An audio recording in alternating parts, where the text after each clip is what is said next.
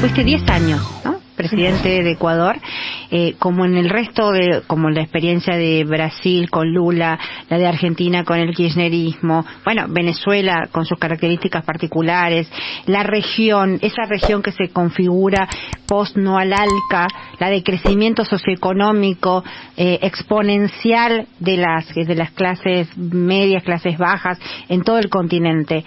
¿Cuál es la ecuación ahora? ¿En qué momento de la región estamos? Yo creo que hay un retorno evidente de gobiernos progresistas que no es independiente de la primera ola. Mira, objetivamente, ahí están los indicadores. Del 2002 al 2014 probablemente fue la mejor época de la historia de América Latina. Más aún, fue la crisis del 2008 subprime, mientras Estados Unidos, Europa tenían graves problemas de crecimiento, América Latina crecía, reducía pobreza, reducía desigualdad. Éramos ejemplos para el mundo. Eso es indudable. Ahí están los indicadores objetivos del Banco Mundial, Fondo Monetario, que no son precisamente organismos progresistas o de izquierda, ¿no?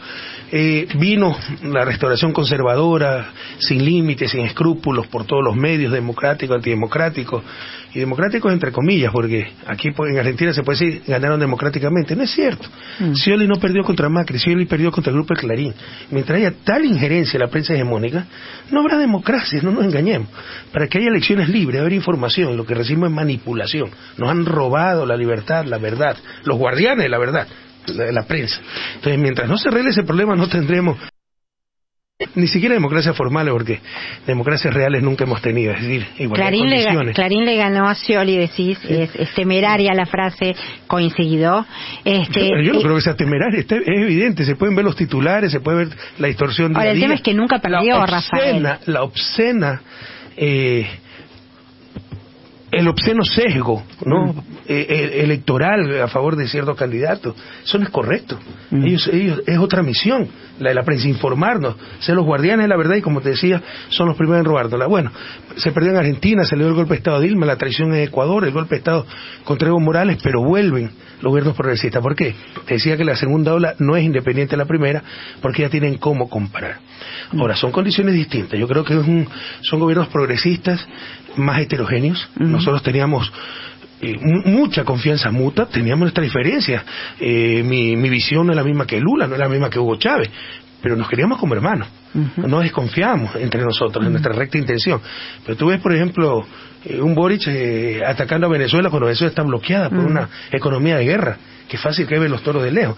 Pero esas contradicciones no habían en la primera. ¿Caen en el posibilismo? Esas contradicciones no habían en la primera ola progresista. Y una segunda diferencia crucial, yo creo: la derecha está más preparada. A inicio del siglo, como que si la agarramos descuidada, aturdida, se lograron muchos avances, pero ya tienen experiencia.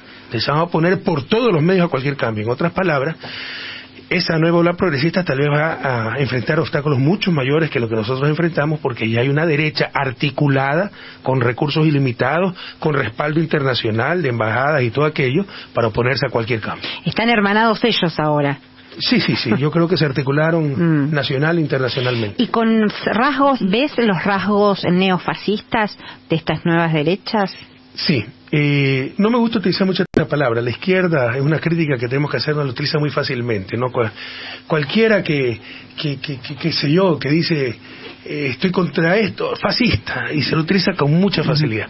Pero sí hay, indudablemente, rasgos fascistas. Yo te decía, vino sin límite ni escrúpulos. Por ejemplo, la derecha que nosotros enfrentamos, UNASUR, se creó con gobiernos de derecha. Álvaro Uribe, claro. Alan García.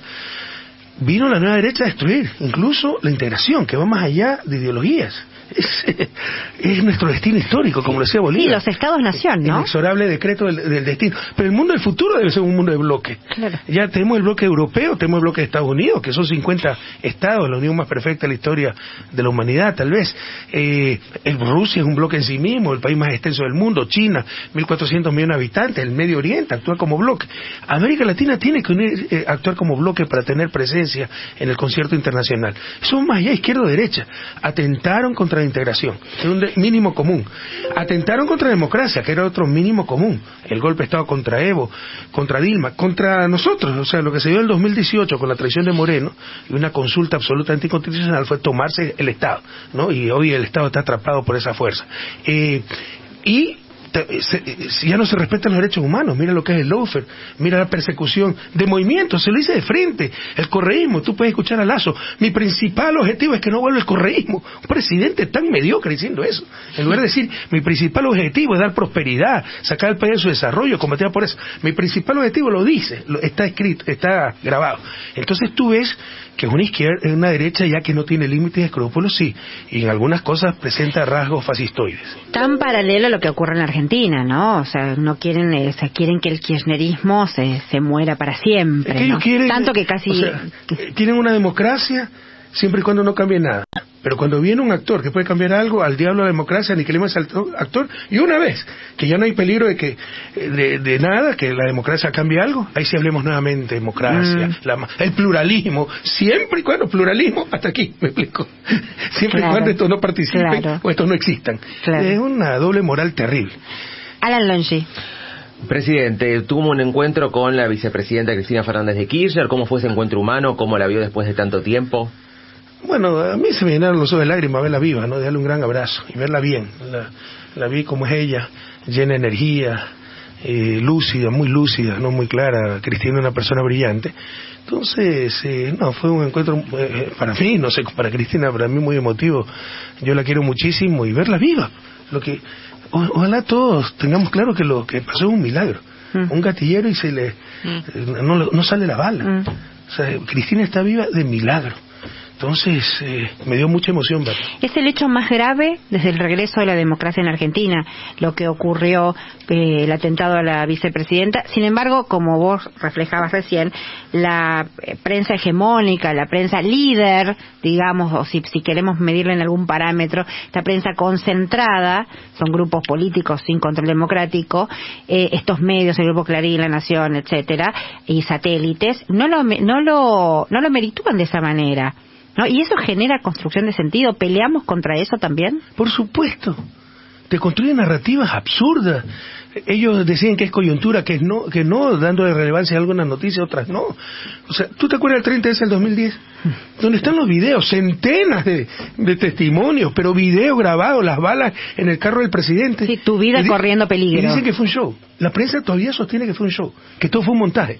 O sea, ya es irracional. ¿Pero qué se puede hacer contra esa irracionalidad? Le decimos a nuestra audiencia, le contamos a nuestra audiencia, estás hablando de Rafael, estamos hablando, lo tuteamos irrespetuosamente, pero bueno, él lo aceptó. Estamos hablando con el expresidente de Ecuador, Rafael. Siempre y cuando sea solamente tutear. Tutear. Tratar de tú a tú con Rafael Correa, y él está recordando aquel, te diría que cuasi atentado, golpe de Estado de la policía ecuatoriana, que un sector de ella que se subleva y que tu vida corrió riesgo. En ese caso, cualquier sublevación de una fuerza armada ya se considera golpe de Estado, pero no solo fue la policía, fue parcialmente a Fuerza Armada. La Fuerza Aérea se tomó el aeropuerto, se tomaron el Congreso Nacional, se tomaron los medios públicos, cerraron carreteras, pero no, todo fue un show, todo fue un montaje. Y querían construir... 12 años después dicen que todo es un show, es algo increíble. Bueno, o sea, ya irracional. Es la receta, ¿no? Porque sobre el atentado a la vicepresidenta... Negar lo innegable, es impresionante. Sobre el atentado a Cristina, que pretenden instalar lo mismo, que no existió. Sí, pero gracias a Dios yo vi unas encuestas que 70% de la gente sabe que fue verdad, solo un 30% es fanático, que puede decir que llueve para arriba, si de acuerdo a sus convicciones y a sus odios, ¿no? Sostiene que no es verdad, pero la inmensa mayoría sabe que fue verdad el atentado.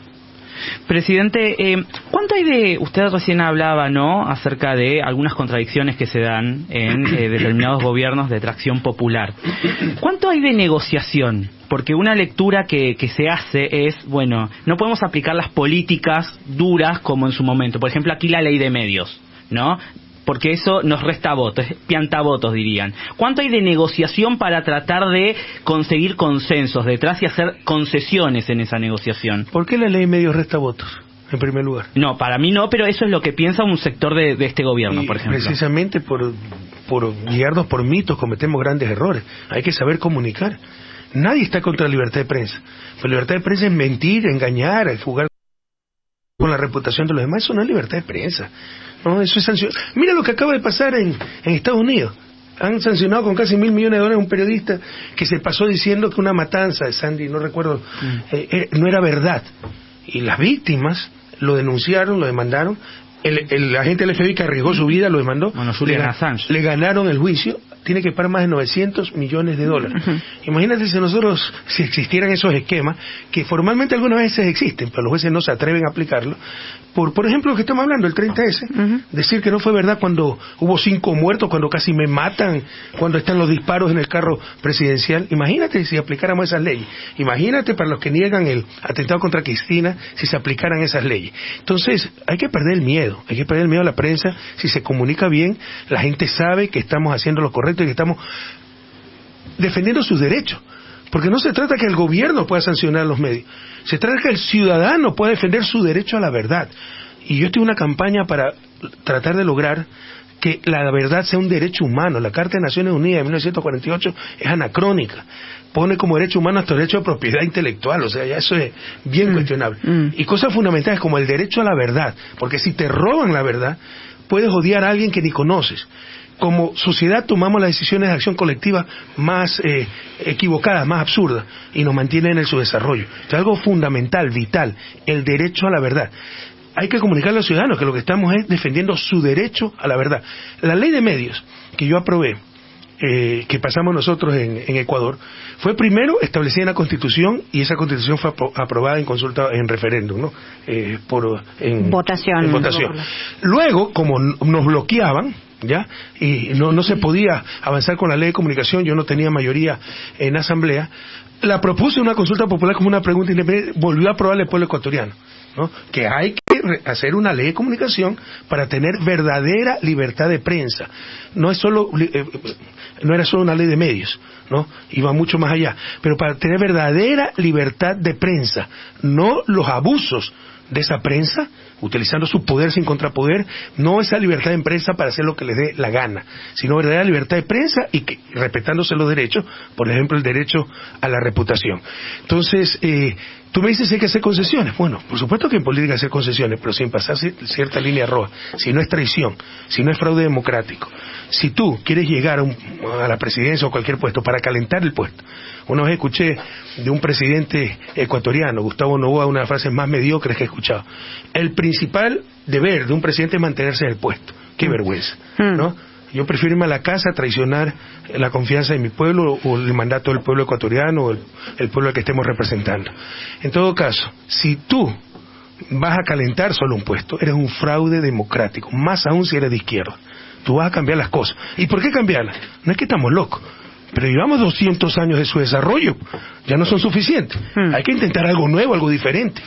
El tema es central que estás tratando porque nos toca a nosotros en la médula de la construcción del Frente de Todos, porque hay errores del gobierno que pueden llevarnos a la derrota electoral del 2023, ¿no? Por ejemplo, las concesiones al poder real, por ejemplo, el acuerdo con el Fondo Monetario que hemos hablado aquí.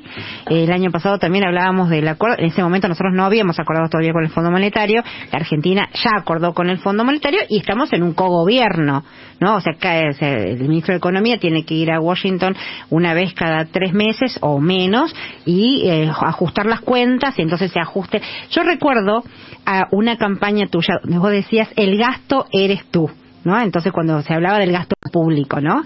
O sea, el gasto eres tú, tus escuelas, tus hospitales, bueno, y justamente, por ejemplo, en este momento el fondo nos obliga a achicar el gasto. Entonces tenemos un presupuesto que se está por aprobar que achica el gasto. Digo, son situaciones cuasi dilemáticas, porque enfrentando el poder, bueno, se corren los riesgos que se corren, y no enfrentando el poder se corren los riesgos que se corren. Mira, gobernar es un arte, y como te decía, hay que saber hacer concesiones, objetivamente ver los poderes reales, ver los riesgos, buscar lo mejor para tu pueblo, pero sin pasar ciertas líneas rojas, ¿no? Yo soy un crítico de los acuerdos de libre comercio, tuve que firmar un acuerdo con Europa, no se puede llamar de libre comercio, nos demoramos 2 años en negociar, más que 2 años adicionales a Colombia y Perú que negociaban con nosotros, ellos lo firmaron 2 años antes porque hicieron más concesiones, pero tuvimos que firmar, porque por ejemplo si Colombia ya había firmado con Europa, Colombia produce banano como nosotros, produce rosa como nosotros, iba a entrar en mejores condiciones y nos quebraba nuestra industria. Entonces tienes que ver todos esos factores reales. Lo principal es cuidar el objetivo fundamental, que es el bien común de tu pueblo. Estamos hablando con Rafael Correa. Me están llegando mensajes, pero una cantidad. Uno de ellos dice, paren de explotar a Maggi Rafael. Gracias por favor. Una docente de la Facultad de Periodismo de La Plata, Rocío López, que manda... Promueva una organización al respecto para defender los derechos laborales de Maggi Rafael. No.